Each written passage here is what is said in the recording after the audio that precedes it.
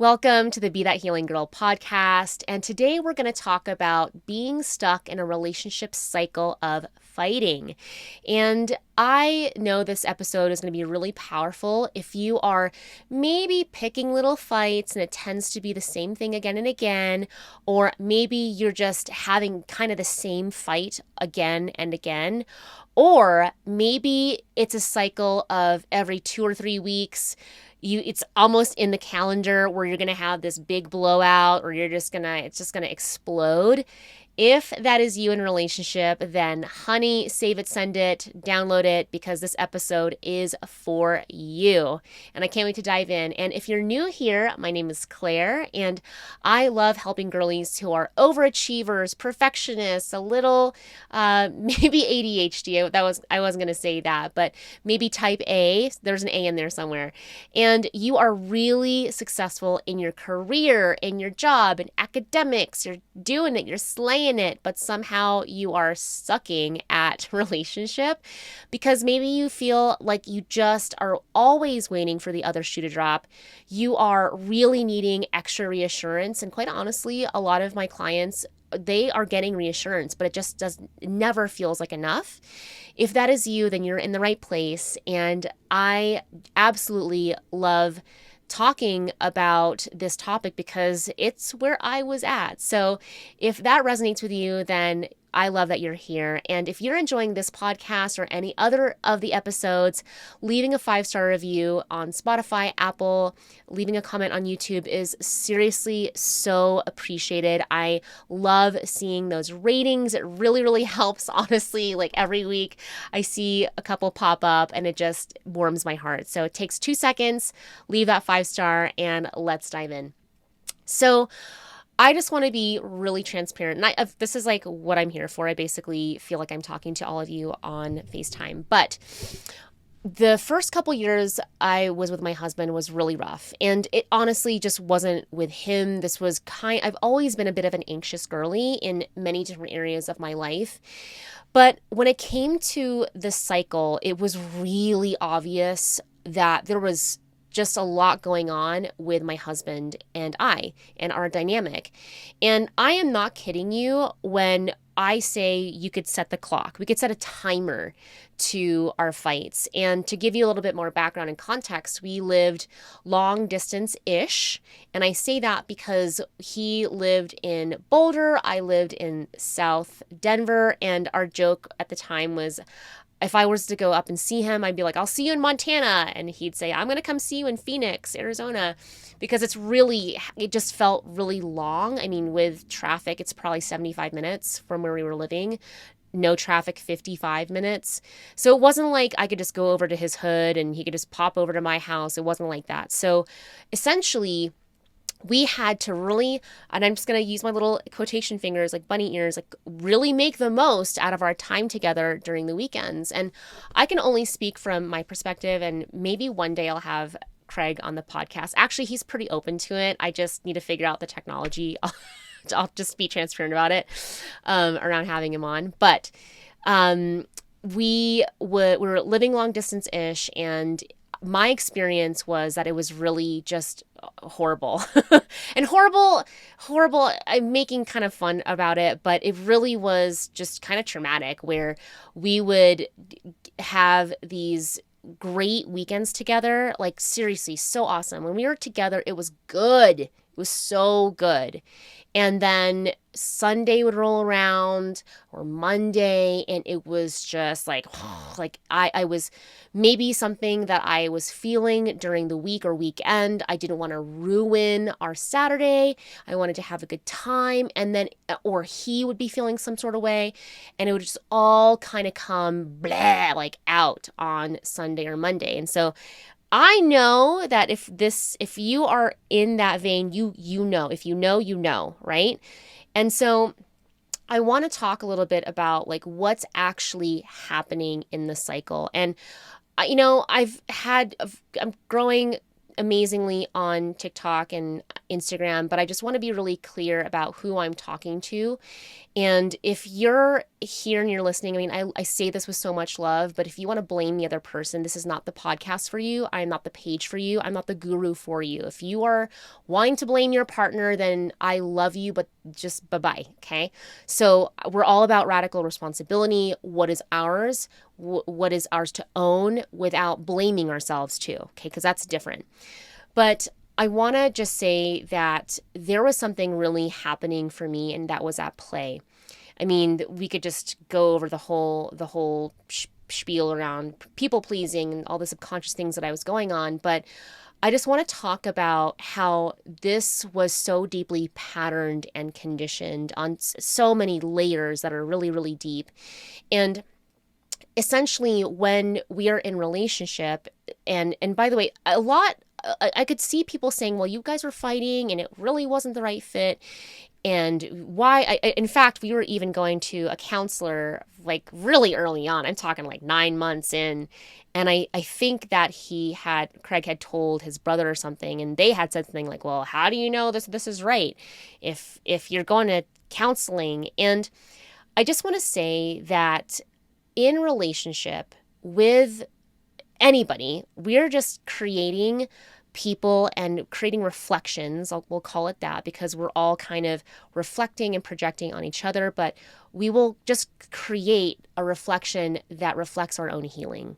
So I just really knew that with my husband, I was also coming out of a period of dating, and so I was, just dating. And when I met my husband, I was really clear that, okay, and it wasn't just like right away, but okay, either I'm going to solve this with him or I'm just going to create another person. And when I say that, this is like everything that I teach in my signature program, the confidence code. And in fact, the reason I call it the confidence code is that our behaviors, our subconscious behaviors, our thoughts, our emotions, and ultimately our actions and how we behave is coded inside of us. Okay.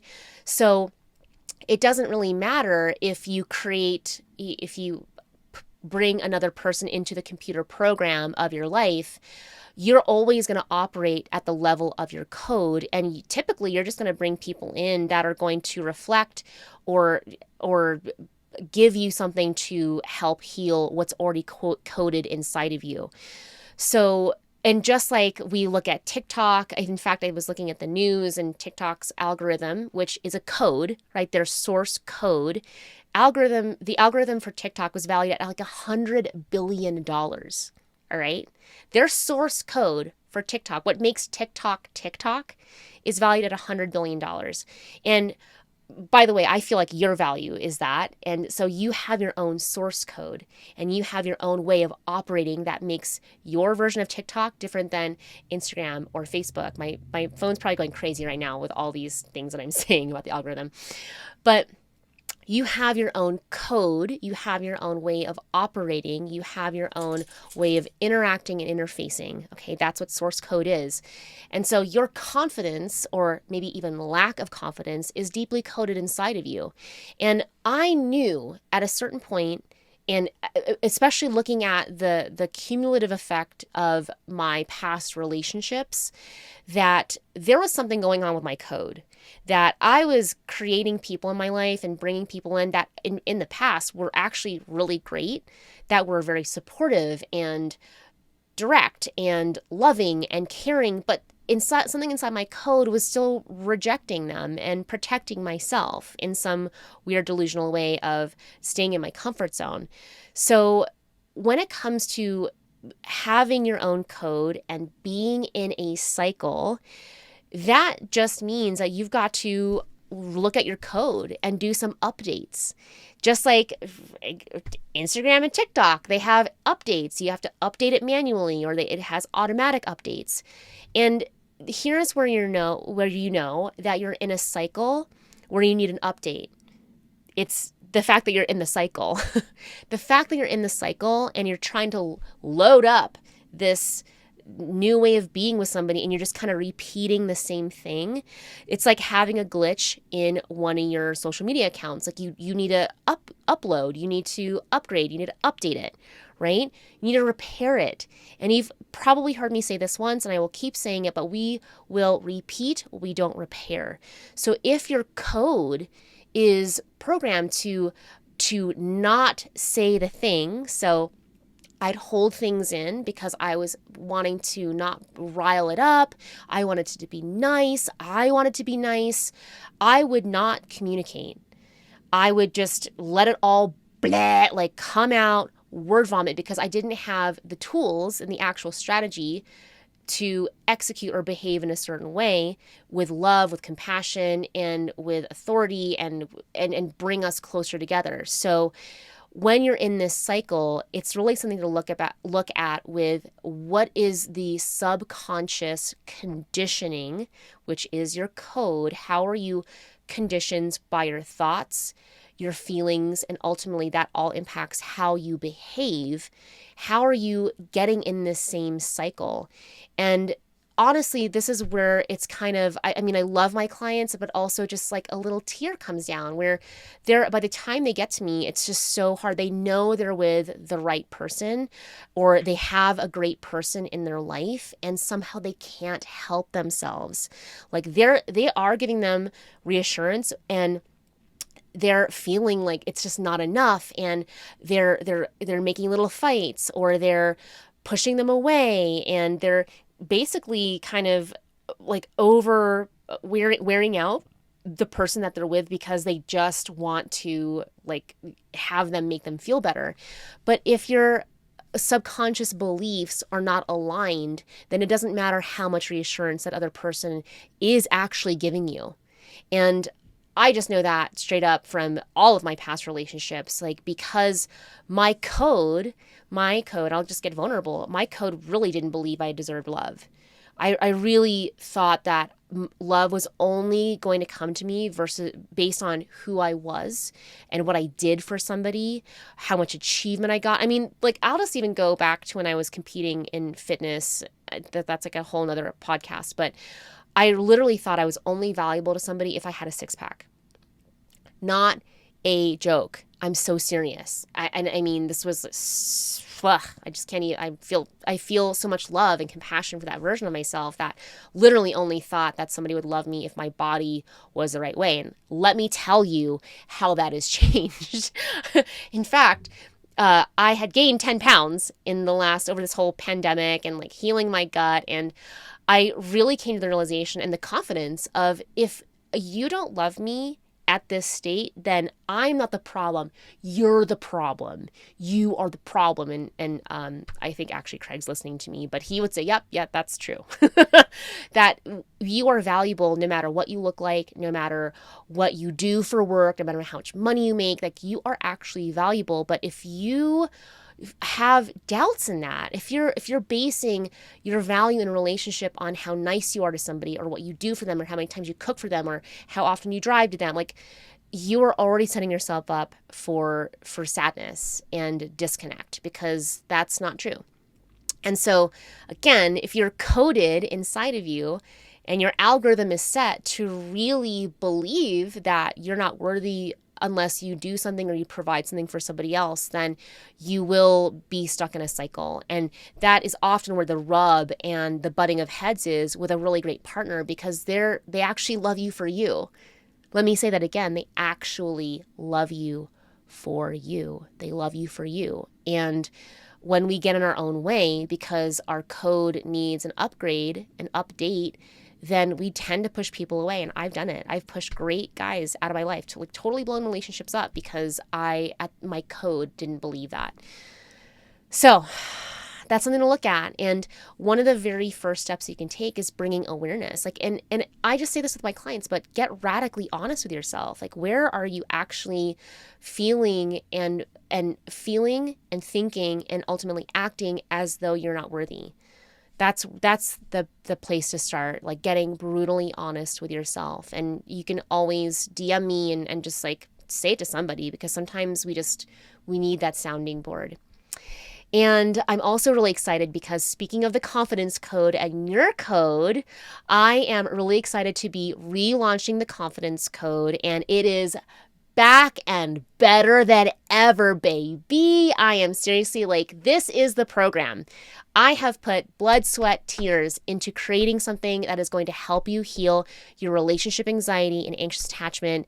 And seriously, every single process that I walk my clients through for them to seriously stop overthinking, to truly trust themselves, to stop self-sabotaging with the little fights and getting into this cycle where you can actually not only stop them from being distant, but actually by who you're being, draw them closer to you. Seriously, I've seen this again and again with my clients, and it's just the proof is in the pudding.